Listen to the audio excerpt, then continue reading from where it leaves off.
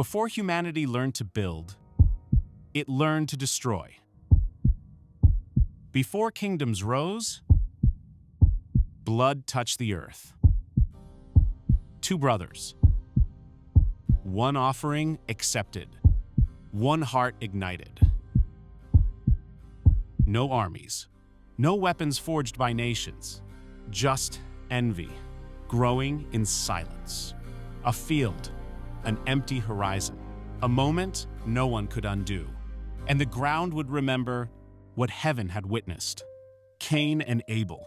After leaving the garden, life continued east of Eden. The world was no longer effortless.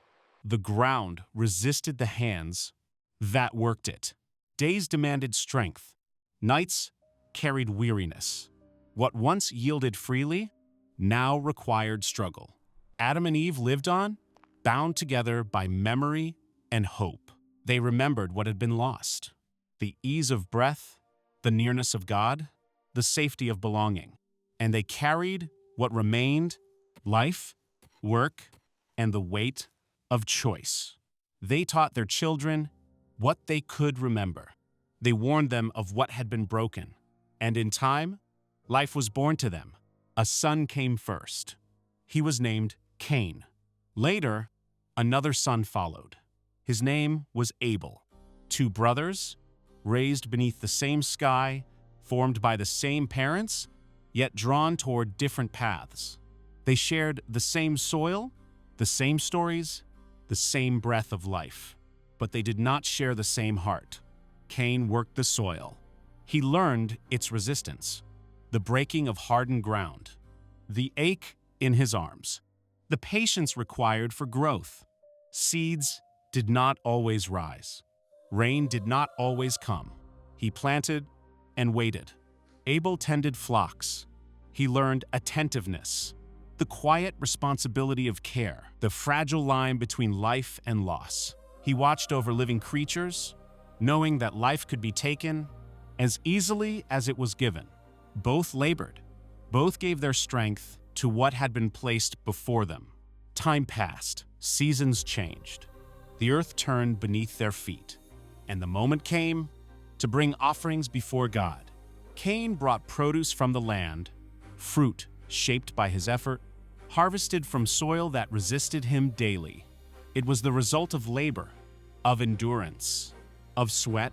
Abel brought from his flock, the firstborn, the best he had. Not what remained, but what came first. Their offerings were not the same. Abel's was received with favor. Cain's was not. And something shifted within Cain. Disappointment settled in his chest. Then frustration. Then anger. Questions rose. Comparison followed. His face darkened. His thoughts turned inward. The struggle was no longer outside him. It was within. Cain became aware that his anger carried danger. That desire waited at the door of his heart, watching, ready to enter. He was urged to master it, before it mastered him. But Cain remained silent. He did not turn away. He did not release the anger. He held it. The anger stayed. It grew quietly. Nothing appeared broken yet. Life continued as normal. Work resumed. Days passed. But beneath the surface, something was moving. Cain spoke to his brother. His voice was calm. His words were ordinary. He invited Abel into the field, a familiar place. Open, empty, away from others, away from watchful eyes. There, the first act of human violence occurred. Brother rose against brother. Hands that once worked the soil were lifted against flesh. And Abel fell, the first life taken by human hands. The ground received his blood, the same earth that once received Adam's labor, now stained by violence. Silence followed. The field stood unchanged, but the world was no longer the same. Cain returned alone, but nothing remained hidden. The truth rose from the ground itself. God confronted Cain. Responsibility was demanded. Cain denied knowledge. He rejected accountability. Distance replaced honesty, but the blood had already spoken. Judgment was declared. The ground Cain depended on would no longer yield its strength to him. The soil he worked would resist him completely. He would become restless, a wanderer upon the earth. Cain's confidence collapsed. Fear took hold. Fear not only of loss, but of retaliation. Fear of others, of what might now be done to him. Yet even in judgment, mercy remained present. Cain was marked, not as a sign of honor, but as protection, so that vengeance would not multiply what violence had already begun. Cain left the presence of God. He moved further east, away from the land he knew. There, life continued. A city would rise. People would gather. Work would go on. But distance had been established, not only in location, but in the heart. Adam and Eve bore the weight of what had unfolded. One son lost to death, another lost to separation. The cost of the first disobedience now echoed through their family.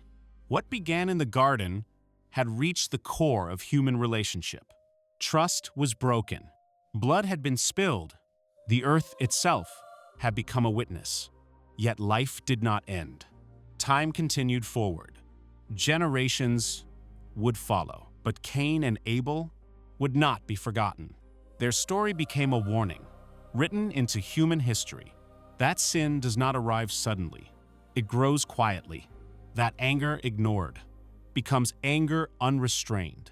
That the heart, once unguarded, can become a place of destruction. This was the first conflict, the first jealousy, the first blood spilled by human hands. The story of Cain and Abel, not merely a tale of brothers, but the unveiling of the human condition. A story of choice and consequence, of unchecked desire and irreversible loss. And a reminder that the struggle between good and evil no longer stood outside humanity. It now lived within. If this story moved you, if something inside you was awakened, then you are already part of something greater. Don't just watch. Be part of the origin. Origin Text is more than a channel. Like this video, subscribe, and walk with us through the stories that shaped humanity as you've never seen them before.